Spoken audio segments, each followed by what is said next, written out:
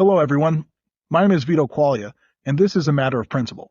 Today, our guest is Michelle Mikitish, president of the Greater Pittston Chamber of Commerce. Welcome to the podcast, Michelle. Thanks, Vito. Thanks so much for having me. This is exciting. Well, thanks for coming on. Thanks for being a guest. And we'll just start off with something easy, I think. To start us off, can you just tell our listeners a little bit about yourself and how you became the president of the Greater Pittston Chamber of Commerce? I love to tell this story. And part of the reason that I love to tell this story is because I think it's a great example of, we all think there's a path in life. And then as we grow older, we realize that that path isn't really the straight line we all thought that it was. I graduated from Penn State with a degree in biochemistry and, came out of school selling glue. That was my first job. My second job was in medical equipment sales. Loved that. Did that for a long time. Took a little bit of a different path from there into commercial insurance, which I really, really loved and wish I had done that 20 years sooner. And it was that opportunity as I was working for the insurance agency to get exposure into the Chamber of Commerce. And I chuckled because a friend of mine was good friends with my predecessor and was saying to me one day that she was going to retire and you should think about it. And I really thought that she was crazy at first. And then after a short period of time, found myself sitting on the board and got to know a little bit about what a chamber does.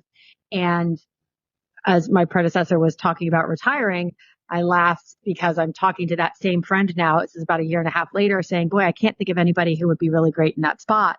And she's looking at me with that knowing look saying, you really can't think of anyone. And it took a little while for me to think that this might be a really interesting opportunity for me. So that was 2015. And here we are, almost 9 years later. And this is the place for me. It really has been just so much fun working in this role. I have learned so much over the last 9 years. It's incredible. I sometimes look over my shoulder and wonder, how did I learn that? Where is that coming from? I don't even know I knew that information. Well, in a place like your place of work, you don't have, a staff of 100. So you're probably doing, a million things. You're wearing a lot of hats on a daily basis. What would you say is the best part of your job? The coolest thing that you get to do? Talking to the members, talking to our members, because you get the inside scoop on so many different things. I really liked living in Northeastern Pennsylvania before, but now that I get to see some things on the backside, or I get a little bit of a peek into things that are coming, I really have a much, much better appreciation for all the cool things that happen in Northeastern Pennsylvania. We have fantastic employers, wonderful job opportunities, awesome things to do for entertainment. And you learn all of that just by essentially doing what you're doing, right? Talking to people. And if you come into a lot of conversations without an agenda, it's amazing what you learn. And I said this on a different podcast. I always credit, I'm sure everyone's grandmother said something like this, but just the idea that we have, 2 ears and 1 mouth, because we're supposed to listen twice as much as we talk. So I think that's so important, of just hearing what's going on, listening to perspectives, listening to what people's needs and challenges are, and then trying to meet them where they're at. And your job in so many different areas and careers, that's really the secret. If you just take that time to listen and take a beat, you'll find success. That's it 100%. And it's interesting too, because if you ask someone what their concerns or challenges are, they often have a difficult time answering that question directly. But once you get them into a conversation, eventually that information just comes out. It just comes out as part of the conversation.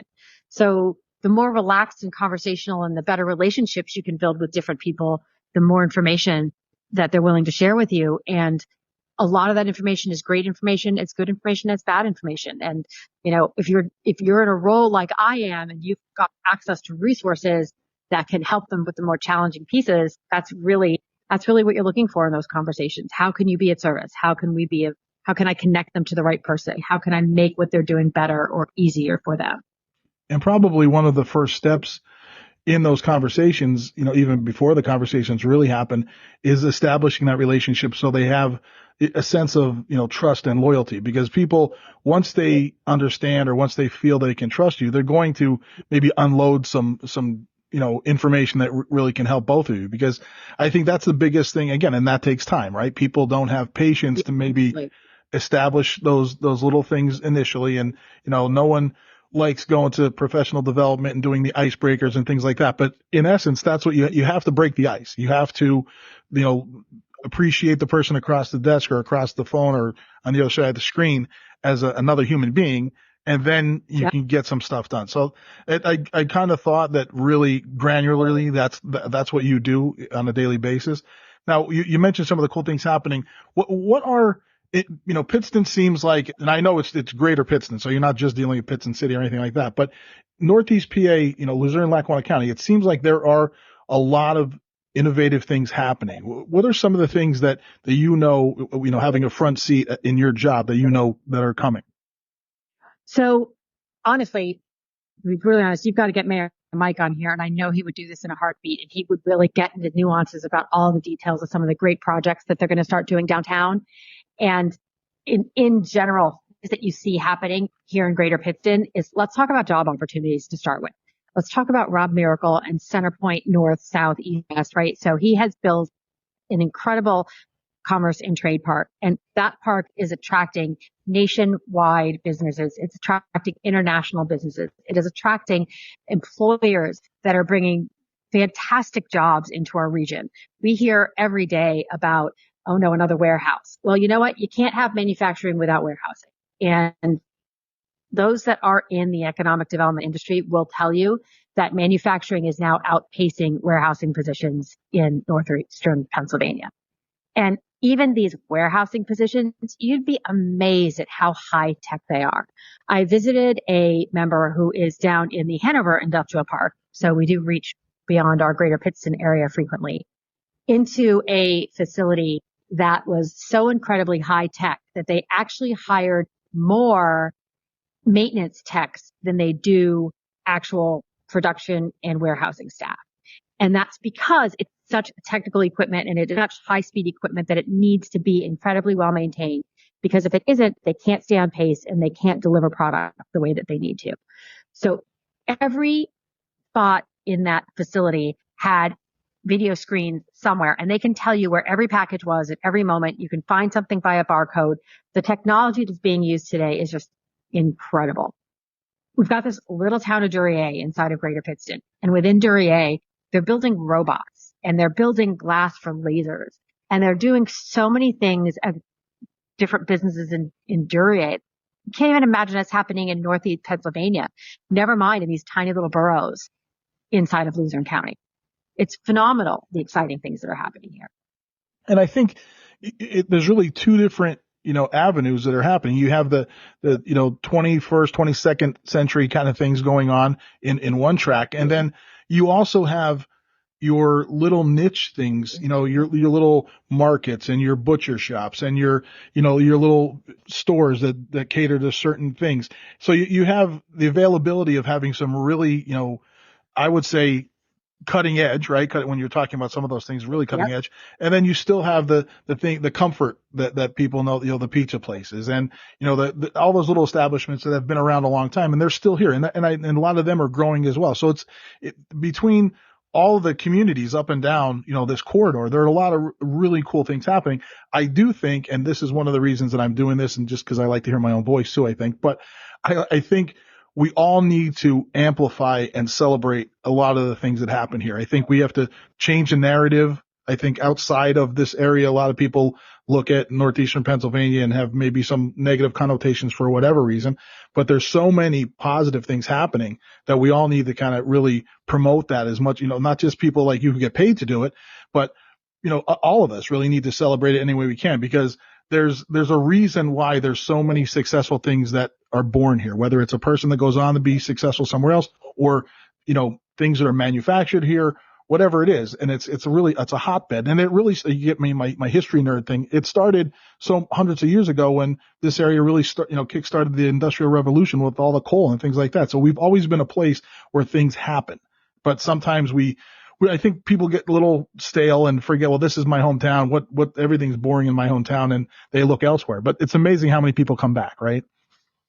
It is amazing how many people come back. And to your point, you mentioned earlier about how sometimes we get a little negative about ourselves. It's so interesting to talk to people who come into Northeastern Pennsylvania who have never been here before. They love it. They speak more highly of our area than some of our own residents do. And it's disheartening. It is my job. But at the same token, I raised 3 kids here. My husband and I have been living in Pittston for 30 years. I grew up in the back mountain. I love it here. And it's hard to overcome that negative connotation. It's hard to, when kids are young, you want them to have their experiences. If they're going to run when you're young, right? Mm-hmm. Go now, go enjoy, go explore the world, see what's out there. But a lot of times when you're moving on to that next phase and you want to settle down and you want to raise a family and you want your family to be close to other family and have great friendships and live in a safe place, let me tell you, Northeastern PA is it. It really is. And I'm lucky enough. I've had, 2 out of 3 kids move away and now they're all back. They're all back. They're all home again. And, and doing incredibly well in the careers that they've chosen as well. So there is this great opportunity here. And you're right. We need to talk more and more about it. I think the other thing that's important for people to know is we've forgotten that manufacturing isn't our grandparents' job. Mm-hmm. Manufacturing isn't dirty. These plants are not uncomfortable. Even the small businesses, right? There are so many great opportunities to create a new business, start it from home first, start it building it on the internet, then find a little bit of a space downtown somewhere where you can open up a storefront.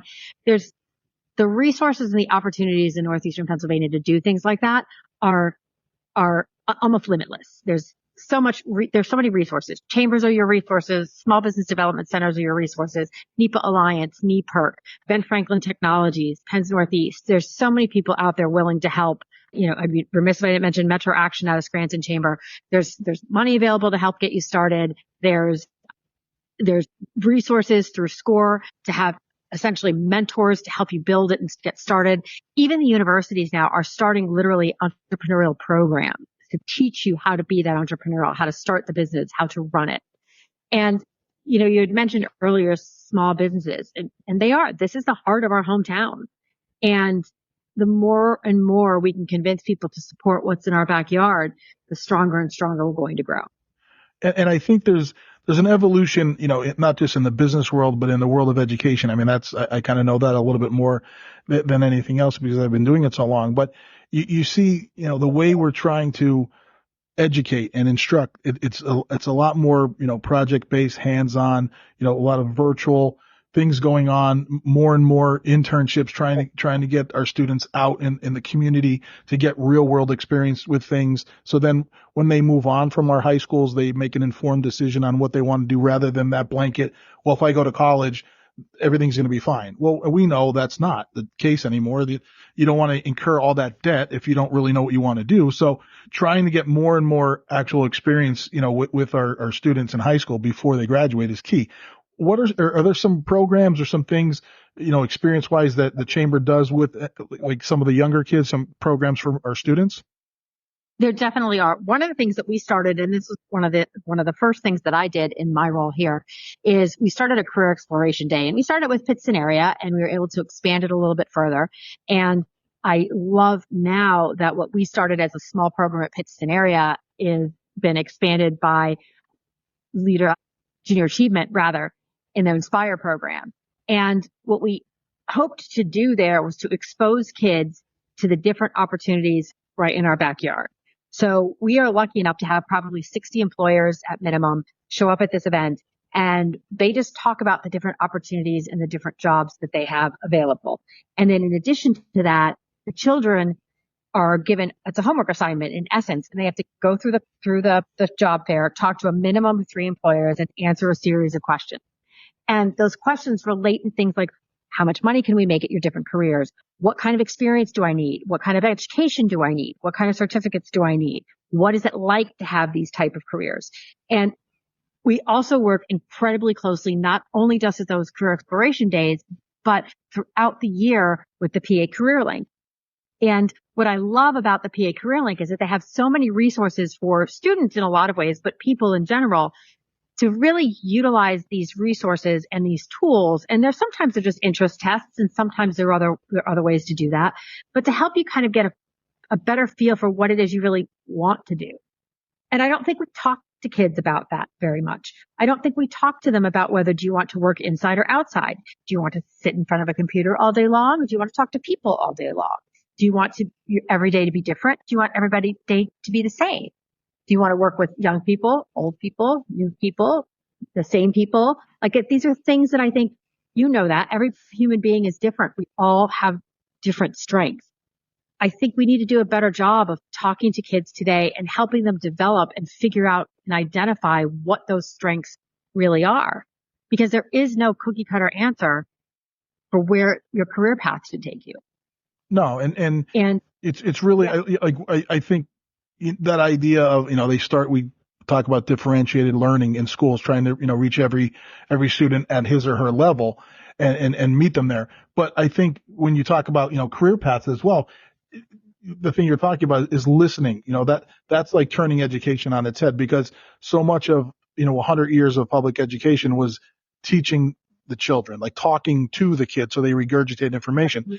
Well, now it's evolved to, I think everyone's kind of on board, it's really, you're prepping them for what they're going to do post high school. And it's not, 100 years ago, maybe it was, you're going to go to the factory, you're going to go to the field or whatever it was very limited. And then I think we, when you had the big move towards everybody needs, secondary education, it was everyone find a trade or college. That's it. And there's so many different ways to get there. You know what I mean? There's so many, you could start when you're young. You can go somewhere, get a job right out of school and then move up through the ranks and have that, company pay for your schooling. There's a million different ways to do it. And I think that's kind of the exciting thing where, education is changing. It's evolving. It has to. If it doesn't, then we're not going to do a disservice to all those people. Now, you said you've been there 9 years. Are there changes or differences that you see now or compared to when you started at the chamber, or like how has it evolved, your job? I mean, like things that you deal with now, are they different or the same as when you started there? I think honestly, the biggest change happened between my tenure where I am now and Rosie DeSoy, who's my predecessor, her tenure prior to me. Rosie's role, when she sat in the same seat, and, there's a little expression that if you met one chamber, you really only met one chamber, because we're all so different in what our goals are and what we need to do. And that's basically because we're all focused on what our local communities need, right? So when Rosie Soy was sitting in the seat and her predecessor, Mary Boylan, and her predecessor, Jack Rhyme, they were focused very, very much on land development. And I kind of somewhat understand a little bit of what land development entails, but it's not something I've done because there are now private developers doing what Timbers used to do.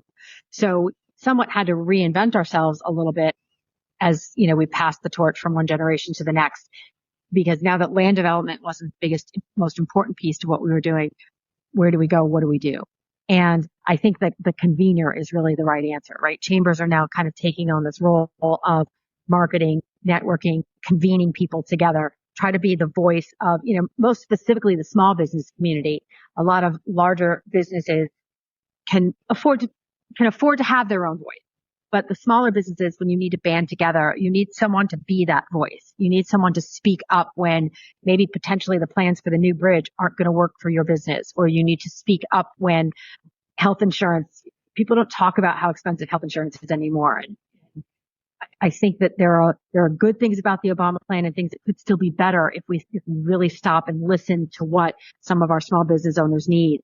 And that advocacy piece is becoming more and more and more important, I think, in our jobs than we used to see. Advocacy was important before because it was about getting funding to do the land project. Now, essentially, advocacy is to really kind of change the process in which businesses can survive and succeed. And through that, we see a lot of regional interaction between chambers, myself working closely with Wyoming Valley or Scranton or Hazleton or Wyoming County, all of us working with the PA Chamber of Business and Industry. And, one of the things as a group we've collectively managed to do is Pennsylvania had the highest corporate net income tax of any state in the union at 9.9. And now over a series of years, we're scaling that back. It's only half a point a year, but through a period of years, and we're 3 years in now, so we're down to 8.5. But, we're going to get that down to 4.5. We're going to go from 9.9 to 4.5 on the corporate net income tax rate. And that's going to be huge for businesses coming to Pennsylvania. And it's going to be even more impactful for small business. That's a big chunk of change for a small business to now be able to reinvest in their own space instead of having to pay it out. Absolutely. So these are things and not that none of that was happening before, but I think it's critically more important, especially now that you've got private developers really doing the land development piece. Now, you mentioned, your interaction, not just with your own members within your chamber, but then how that your chamber, has relationships with your, chambers around the corner of the state. So what's it like? What kind of skill set do you need to manage these different personalities, the needs of the members and maybe the needs or the challenges of working with other chambers? What's that like? So it gets interesting, in all honesty. I'm sure it does. There's the friendly camaraderie, and at the same token, there's still that little bit of competition. So I love that environment, right? There's the good, healthy competition, yet at the same time, there is that genuine desire for all of us to work together, because we know that some of what our businesses need is much bigger than any of us individually. So we're a small chamber. It's myself and Brandy, and you had kind of mentioned that earlier. You never know what we're going to be doing one day to the next, right? One day we might be cleaning the conference room because there's nobody else here to run a vacuum, or we're going to be, standing at a manufacturer in Duryea because the governor is in town and he's going to be signing a bill into law. So, you've got to be prepared for almost anything when you wake up in the morning, because some of those invitations come at very short notice. And I think the biggest skill set is tough, right? Because you have to have an ability to adapt is really, I think, the biggest piece of it. You have to be the ability to adapt. You have to be open to anything. And you really have to have a high level of energy. I think energy is a key piece in there, because it's that energy that attracts others. Yeah. And if you don't want people to spend time in the world. Yeah. You don't want to be stale, right? Correct. Now, we try different things. Sometimes they work. Sometimes they don't. Well, you mentioned the governor coming. Is that something? What is that like when you get a phone call, or how much lead notice do you get when something like that's going to happen? Is that quick, or is that a week out? They say, hey, this might be happening. Almost always less than 24 hours. Wow. Okay. So you better make sure that whatever's on the agenda that day gets wiped off, because we're going to go see the governor, and Yep, definitely what's happening. So. But it literally just happened. We had a regional government affairs meeting planned for Friday, and all of the chambers canceled it because we had something better to do that day. So, but that's exciting, it's ever changing. It's never boring. You never know what's going to happen. That's that's really, really cool. So, and it's very funny too. Like, not as much of a big deal for the guys, but for the ladies, listen, I'm just telling y'all now, you got to have an extra pair of shoes under your desk, because you never know if you're going to need a pair of sneakers or a pair of heels. Yep. No, that's true. I can understand that. Now, what do you think is the biggest challenge that you had to deal with since you've been there? Boy, that's a tough one. Let's see. I think, honestly, the biggest challenge truly is when you're working for a nonprofit, you always focused at some level on the financial health of the organization. Okay. Is really what it comes down. And it's just something that just never goes away. And we all went through COVID, right? So COVID was difficult for a lot of nonprofits. COVID was a difficult time, and it was difficult for everyone, but I think it was most difficult for small businesses and certain nonprofits. And especially one like ours, when you're relying on essentially the generosity of your members, right? Your generosity of your membership. So it gets very, very difficult to be in a position where you're trying to raise money by asking organizations that are already struggling within their own right. So, we held our breath. We made exceptions to every rule that year, and we just did what we needed to do to stay in front of our members. And at a time when at first we thought that our world would get slower, it sped up, because, as I mentioned earlier, we were the conveners and we were a lot of times the source of information. So when that role fell into our lap, we all stepped up to the plate and did what needed to be done. And I think that's probably when we made the most progress with our regional relationships from a chamber perspective, to be perfectly honest. And disseminating information and keeping people up to date on accurate information, that was a challenge. It was difficult finding the right information and then getting it out to the right people and sharing it where we needed to. And it's interesting because in situations like that, where money became tight for some of our members, they still saw the value. And afterwards, our membership grew, in all honesty. And over the last 2 or 3 years, we've had some of the best membership gains that we've had since I started. And I think a lot of that had to do with the kind of the public facing information dissemination role that we had throughout the pandemic. And like, necessity is the mother of invention. So when your back's against the wall and things, you kind of have to figure out this is our role now. This is what we do. And yep. And you talked about communication. So, I mean, there was one way you had to make sure you got timely information out to your people during all that time of chaos. But what on a regular basis, how do you communicate with your members? Is it just monthly meetings? Is there, weekly newsletters? Are there, texts and emails that go out? How do you guys communicate with the members? Every one of those and then some. Okay. So we do a weekly newsletter. We host a monthly board meeting. In addition to that, and this is actually one of our favorite events, we created what we call a breakfast club. And our monthly breakfast club just essentially came to reality because we had met the lovely ladies from Penn State for breakfast and enjoyed it so much that jokingly I said to Brandy, I think we need to do this once a month and invite everyone who wants to come. And within a month and a half, we had our breakfast club generated, and we meet every last Friday of the month at Marie's Diner. Okay. And let me tell you, some of the relationships that have been built in that networking group are incredible. I'm so happy with the way that members have come together to utilize each other's services, to support each other, and to really delve into stronger, deeper relationships than we saw from most of our other networking events. A lot of networking events, people walk around, they introduce themselves to people, they gather business cards, and they walk away. And not a lot of long-standing relationships get built that way. But by having the consistency, a relatively strong core group, and then a revolving outer group of visitors, that builds stronger relationships over the long run. It gives people time to get to know each other, not just on a business level, but on a personal level. And when you're building relationships like that, great things can happen. Well, I think there's always that balance of trying to figure out, because a lot of those really strong relationships almost grow organically, right? But there has to be a starting point. You have to initiate it somehow and then kind of feed it, and it will grow. And trying to make that initial part of it not feel so fake and forced is really the trick in getting, whether it's a small group or a growing group of people to keep coming back consistently and talk about things. But it always helps that you have food there. People like to sit around and food always helps. Food always helps. Food always helps. Now, is there, how do you guys in a chamber, how do you forecast what's coming, whether it's changes in the census, whether, the population, people are moving in and out, or what kind of jobs are coming down the road? Is that something that there's groups or things that resources that you can use to do that?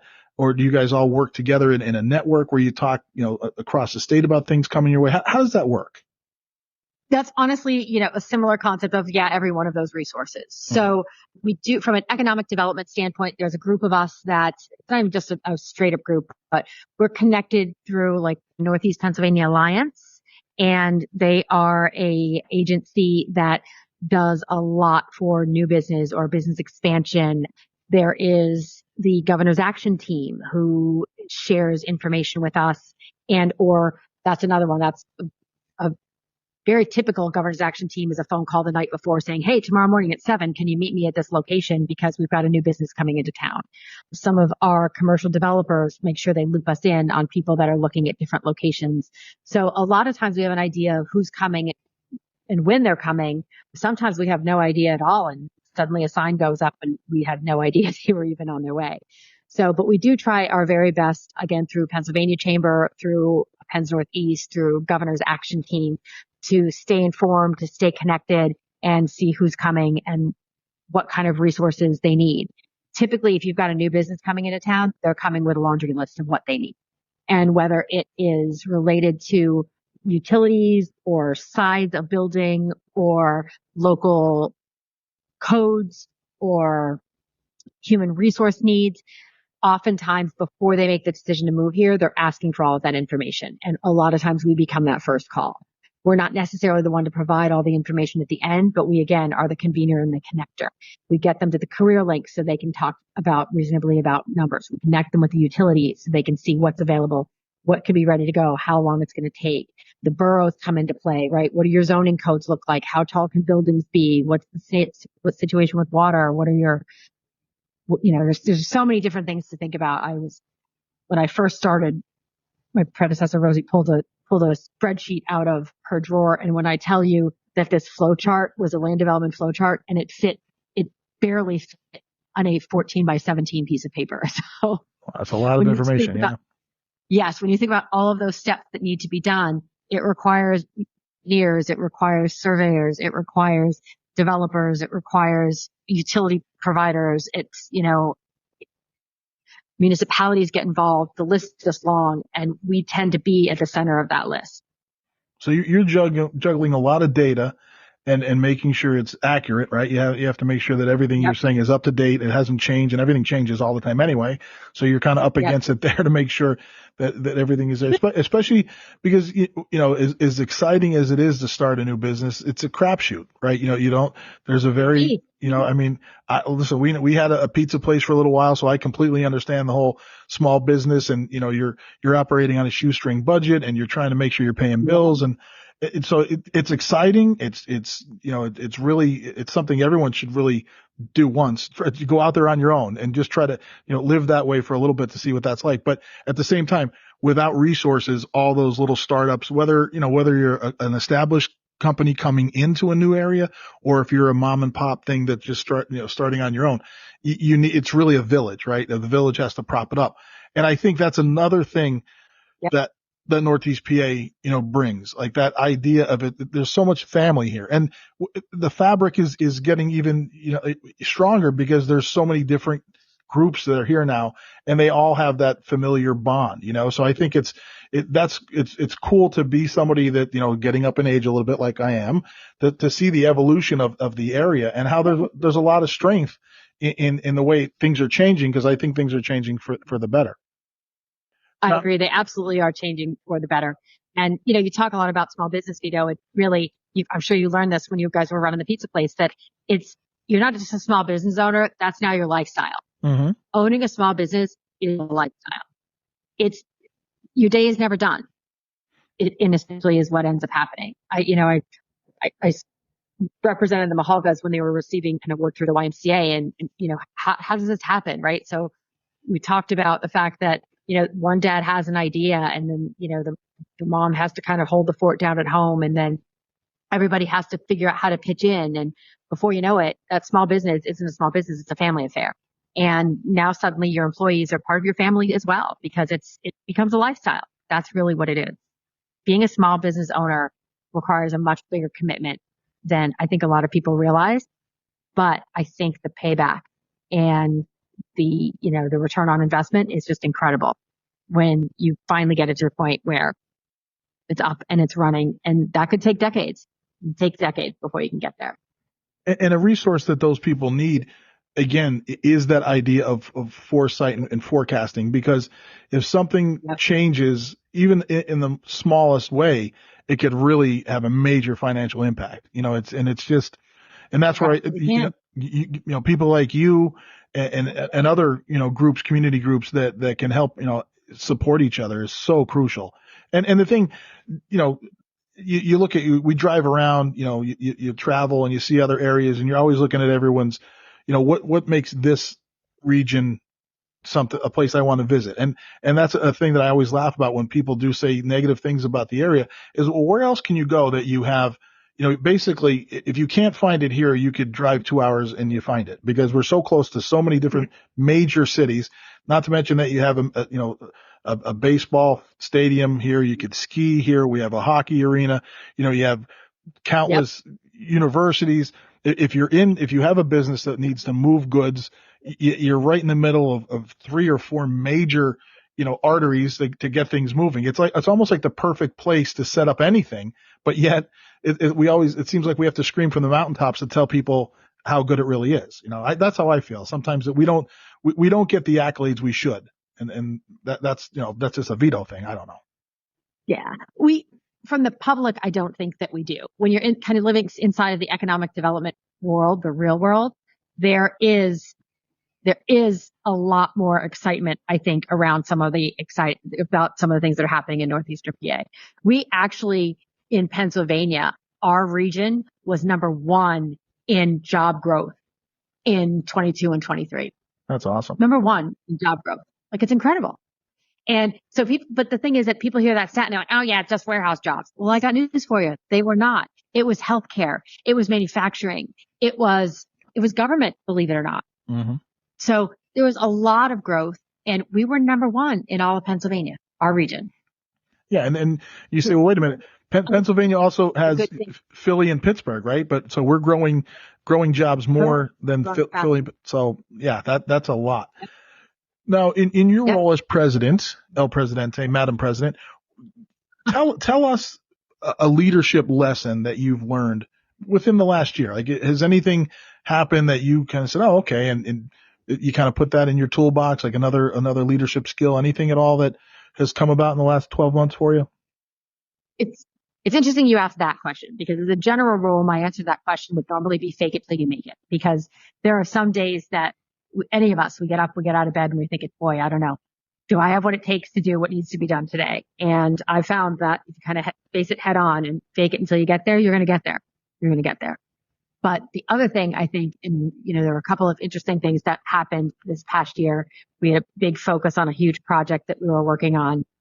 And it's funny because I've used this comment, not even here at work, but outside, even with my husband.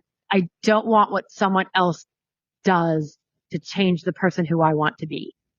Okay. There are times when you're going to be faced with either decisions, or you're going to have to respond to something, or you're going to have to do something. And listen, right up front, life isn't always fair, but I try to make decisions about what I want to do based on the person who I want to be, and not be forced into a corner by someone who has chosen to be someone different, if that makes sense. No, yeah, I understand what you're saying. Definitely.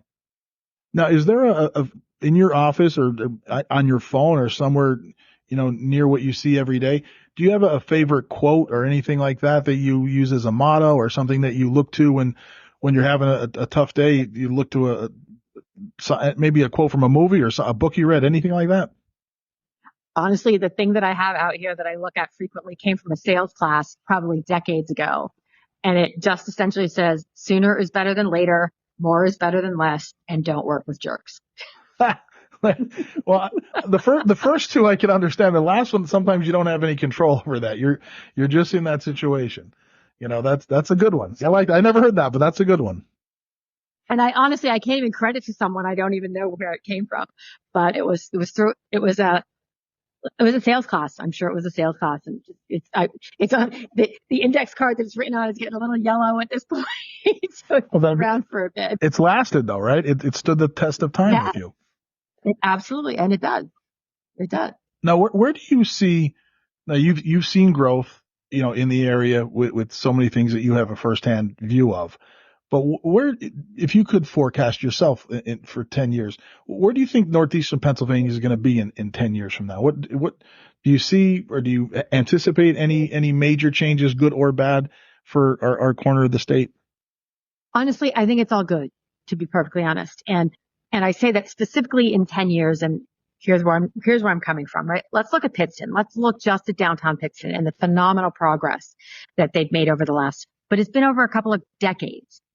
Michael Lombardo started this rejuvenation, this renaissance for Pittston in the early 90s.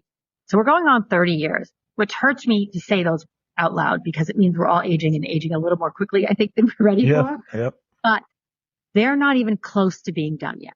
Not even close to being done. There are so many bigger and better great things that are still happening, that are going to happen in Pittston. And I think that momentum is going to carry them beyond the next 10 years, to be perfectly honest. I think that the leadership that Mike has demonstrated in the city and the team that he's built, that team is going to bring that momentum and carry it forward long after Mike is sitting in the mayor's seat. And that is good for all of Greater Pittston because it's motivating West Pittston and Duryea and Avoca and DuPont and Jenkins Township, right? And Hughestown and Exeter and Fall and Wyoming, right? So you just see it growing and growing and growing and growing. And I just think that this Northeastern Pennsylvania is going to continue to get better and better. Another great example of that is look at the buildings being built in Centerpoint. They're building 800,000, 1 million square feet building, and businesses are coming. They're coming and they're bringing these jobs into town. Prior to the pandemic, average wage in our area was about $12 an hour. Now it's 18 or 19. Mm-hmm. We didn't need the state to pass a minimum wage law. The market demanded it, and we're there.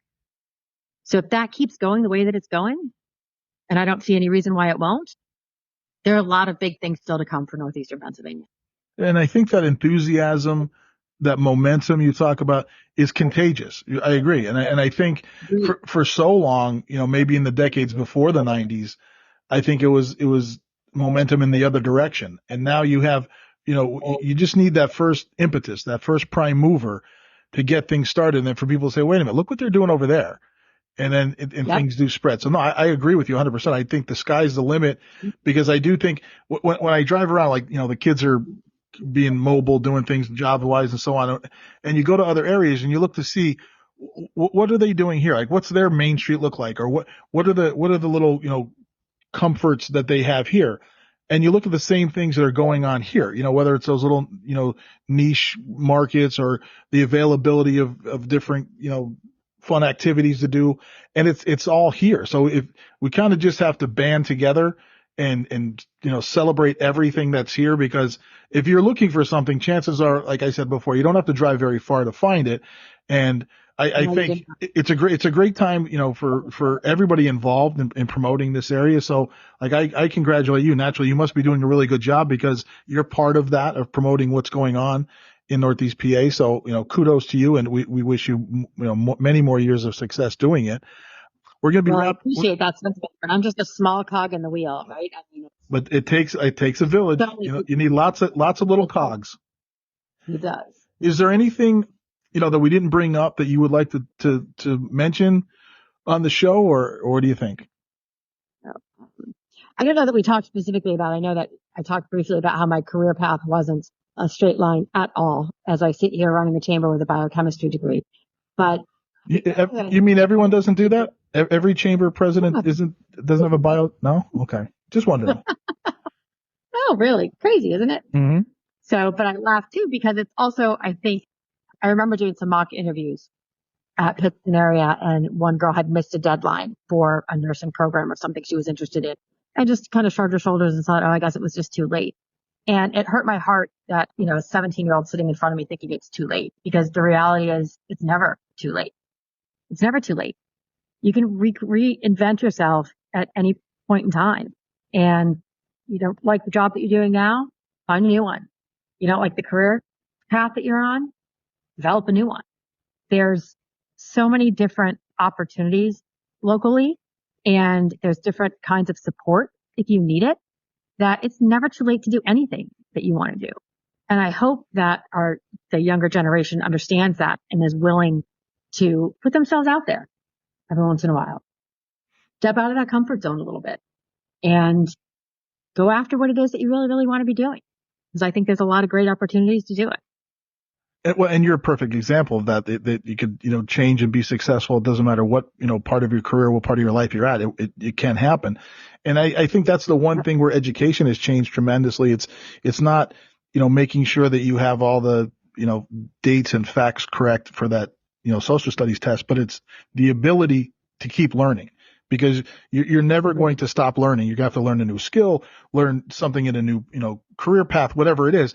And I'm hoping, and I see from, where at my vantage point, that that's where education is going, is just, keep showing these students what the resources are out there, how to synthesize information rather than just memorizing, regurgitating it, actually using it, team building, working towards a goal, all the stuff that they're the soft skills, maybe some of the hard skills that we've taken from the business world and are kind of enveloping into how we teach and how we prepare these kids. So hopefully it's all going to start to meld together and make a more, career ready group of young people, so when they, whatever they do, they can be successful at it. And I think we're getting there. It's taken a little while for everybody to kind of change, because no one likes change and everyone likes the comfort of the status quo.